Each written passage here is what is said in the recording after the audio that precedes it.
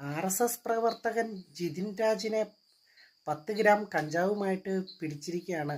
അതിസാഹസികമായിട്ട് Kerala police പിടിച്ചിരിക്കുകയാണ്. അപ്പം ഇതിൻ്റെ അകത്ത് നടന്ന ഒരു സംഭവം എന്ന് വെച്ച് കഴിഞ്ഞാൽ 10 ഗ്രാം കഞ്ചാവ് പിടിച്ചാൽ കഞ്ചാവാണ്. അത് 10 കിലോ ആണേലും 10 ഗ്രാം ആണേലും ഒരുപോലെയാണ്.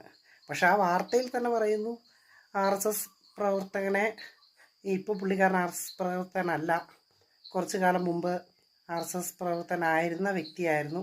അവരെ അതിൽ നിന്ന് ഒഴിവാക്കിയതാണ്. RSS പ്രവർത്തന വിരുദ്ധമായി സംസാരിച്ചതിന് പുറത്താക്കിയ ഒരാളാണ് ജിതിൻ രാജ് എന്നാണ് ആ വാർത്തയിൽ തന്നെ പിന്നെ പറയുന്നത്. അങ്ങനെയാണെങ്കിൽ പിന്നെ RSS പ്രവർത്തകനെ 10 ഗ്രാം കഞ്ചാവായി പിടിച്ചു എന്ന് പറഞ്ഞ് തലക്കെട്ടോടുകൂടി ഒരു വാർത്ത കൊടുക്കണമെങ്കിൽ അത് RSSനെ കരിവാരിത്തേക്കുവാൻ വേണ്ടി കൊടുത്തതല്ലേ? ശരിയല്ലേ? ആണല്ലോ. അങ്ങനെ ആവാനാണ് സാധ്യത. ഇങ്ങനെ വേണം മാധ്യമ പ്രവർത്തനം നടത്താൻ. ശരിയല്ലേ? ആണോ?